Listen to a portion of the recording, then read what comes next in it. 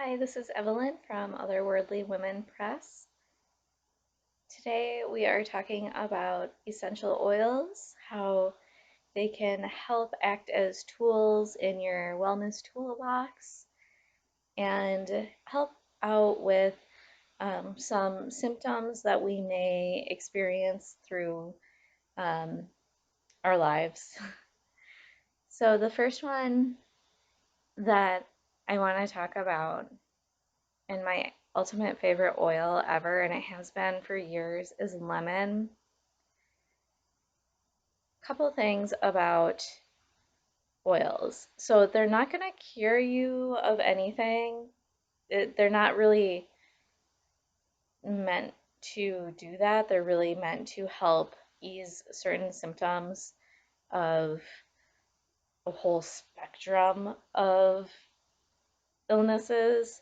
The reason why I started using lemon was actually for meditation reasons because it was cheap and I enjoyed the smell. So, something you're going to find if you're new to essential oils is people will say, like, this is good for this and this is good for this. But if you don't like the smell or if it brings you to a negative place in your life, choose an alternative because the oil will not work emotionally with you. You're going to be brought back to whatever experience you had. So for me, lemon was always very positive. I used it in my yoga training years and years ago to clear my mind, and I would just either sniff it out of the bottle or put a couple drops in my hand. I didn't learn until later that citrus, specifically lemon, lemon wedges or lemon slices, are really great for a nausea or morning sickness. It will not totally take away those hormones that cause morning sickness or um, any kind of nausea that is experienced through different illnesses, but it will help bring some relief. Just the smell of it, studies have been done to prove that just a lemon wedge, just a smell of the lemon wedge can really help you. So lemon, great for nausea if that brings you to a place you don't like. If you don't like lemon, don't use it. Try out um, tangerine, try out a different citrus. I'm showing you what I have right now. It doesn't mean you have to buy the brand that I'm showing. I get way too many oils from Young Living or from the co-op. Um, so when you shop for an oil, you don't need to shop for exactly what I'm showing, but it is very wise to test the oil if you can at the store or at the co-op to see if you can handle the smell. And if you are around a loved one a lot who is smell sensitive, like my partner, sometimes I have to run things by him before I make a room spray or put it in my diffuser, or in pregnancy case, rub it all over my body. um, so making sure that you can wear the oil or use it on your hands to smell it or put it on a lava bead on a bracelet or something without irritating the people around you. Um, so great for nausea, can be used as kind of like a pseudo perfume if you don't want something super strong.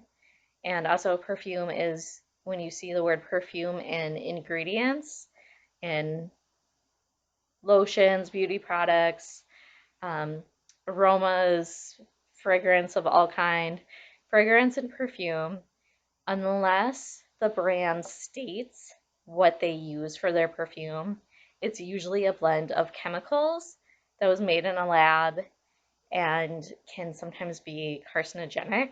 So it's good to stay away from things that say perfume or fragrance in the product list. Or if you think you're buying an oil and then suddenly you flip it over and you're reading ingredients, which this oil should just be lemon oil. There might be a base oil that is used, but most of the time it's just straight lemon oil. You should be getting the straight oil that you bought. You shouldn't be getting a perfume. But because wellness and the wellness industry is getting so big, brands are catching on to packaging trends. So you may find things that look like an essential oil that are actually a perfume or actually have some nasty chemicals in them. Um, so to go back to where I started with lemon and tangerine, sometimes even grapefruit, really good for nausea, really good for meditation, very energizing aromas to help uplift the room if you want to use them in diffusers. So, one of the oils that I have upstairs, I have it, I hate it, but other people really love it and it works really well for them, is eucalyptus. Eucalyptus is very good for congestion. You can put it into, um, a bath, just like a drop of oil in a bath for the aroma to help out any kind of nasal congestion.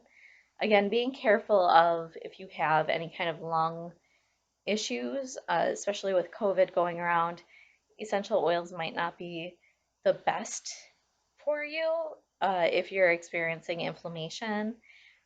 But usually eucalyptus for colds and for different respiratory illnesses can really help clear out anything that's going on. I can't stand eucalyptus because when my grandfather died, um, he had a diffuser and he used eucalyptus, and the smell just reminds me of his passing, which it will be almost a year now that he passed away. So I can't handle eucalyptus anymore. I put it in candles. I make it into different blends for friends and family who love it. You won't see it in my house being used because I can't. It reminds me too much of the death of my grandfather. On the other hand, there's oils that other people can't handle, like rosemary, which I kind of consider to be the Ritalin of the essential oil world. It really helps with concentration when you're using it just for the aroma. If you put just one drop in your hands, a lot of people can't handle it alone. The reason being is because it is a strong oil. People like to mix it in with a carrier oil such as olive oil or um, could do coconut oil, uh, any kind of like really good fatty oil that has no aroma to it, or like grapeseed oil. It has a ton of vitamin E. People put it in that and use it as a scalp treatment because it's very stimulating. However, if you are asthmatic, if you do struggle with strong scents, uh, rosemary may not be the one for you. It may not be the perfect one to wear out in public either, since people will notice.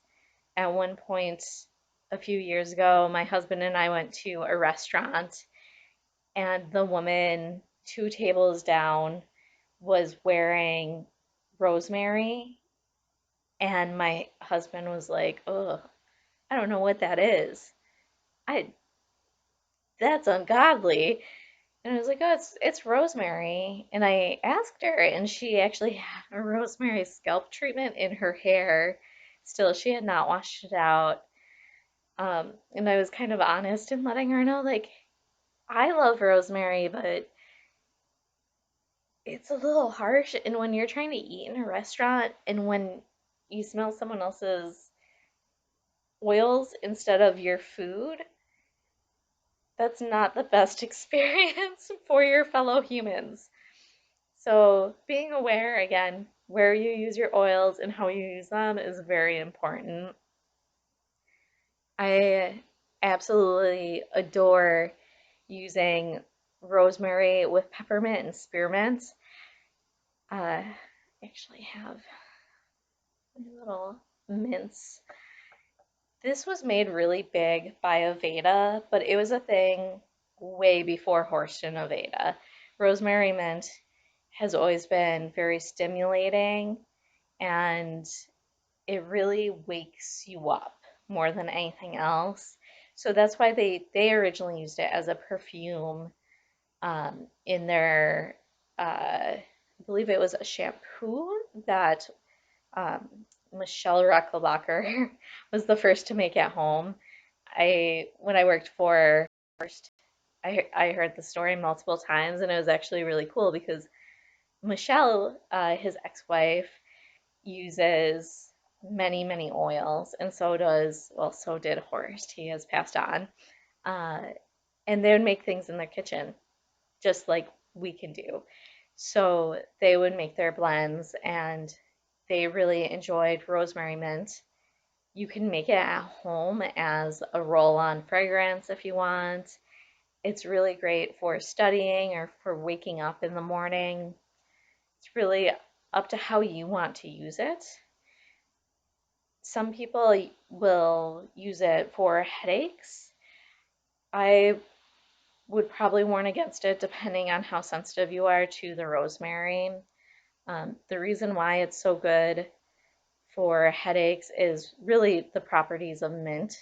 Mint is very good not only orally for an upset stomach, but also as an aroma to help calm headaches and cool the air.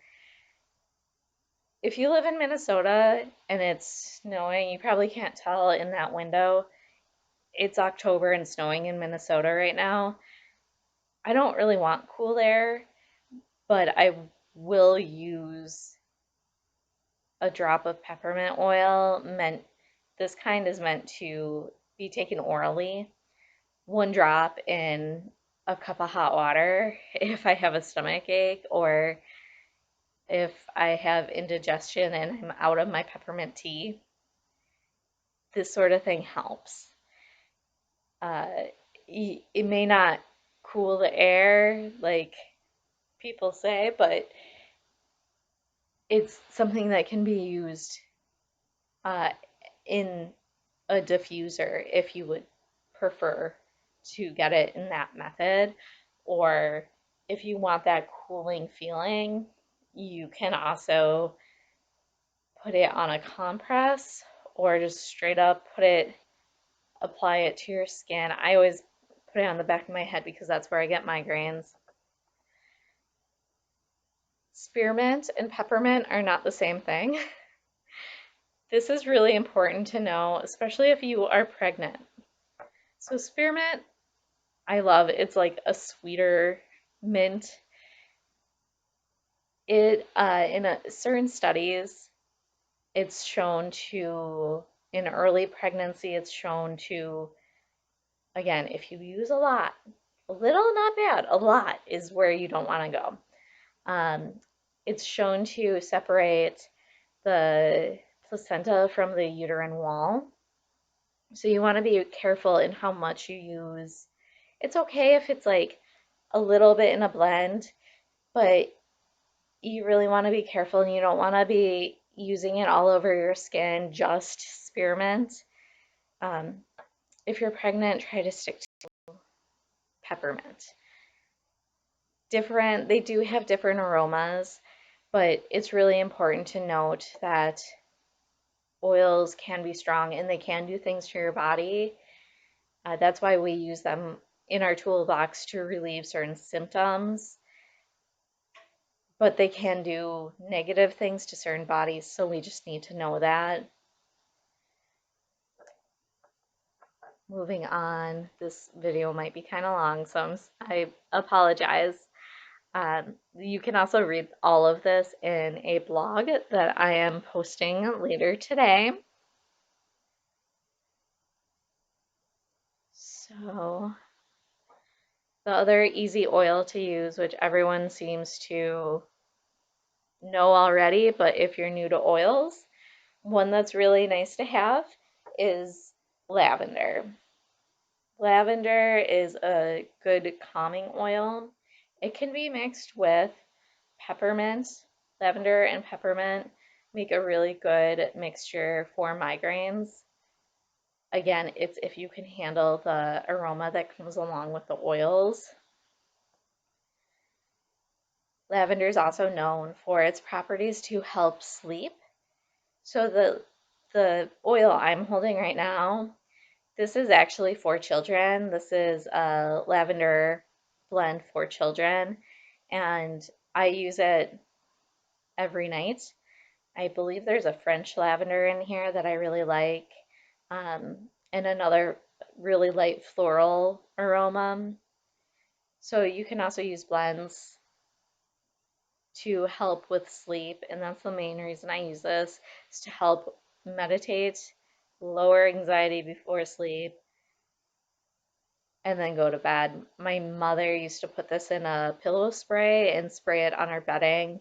So before we'd go to bed at night, we'd calm down as children. Um, and you'll find a lot of like lavender stuffed little heating animals or pads, a lot of calming aromatherapy devices like that that can also be used before you sleep. So I think I went over everything that I really wanted to go over. A couple tips with buying oils. You really want to look for a few things on the packaging.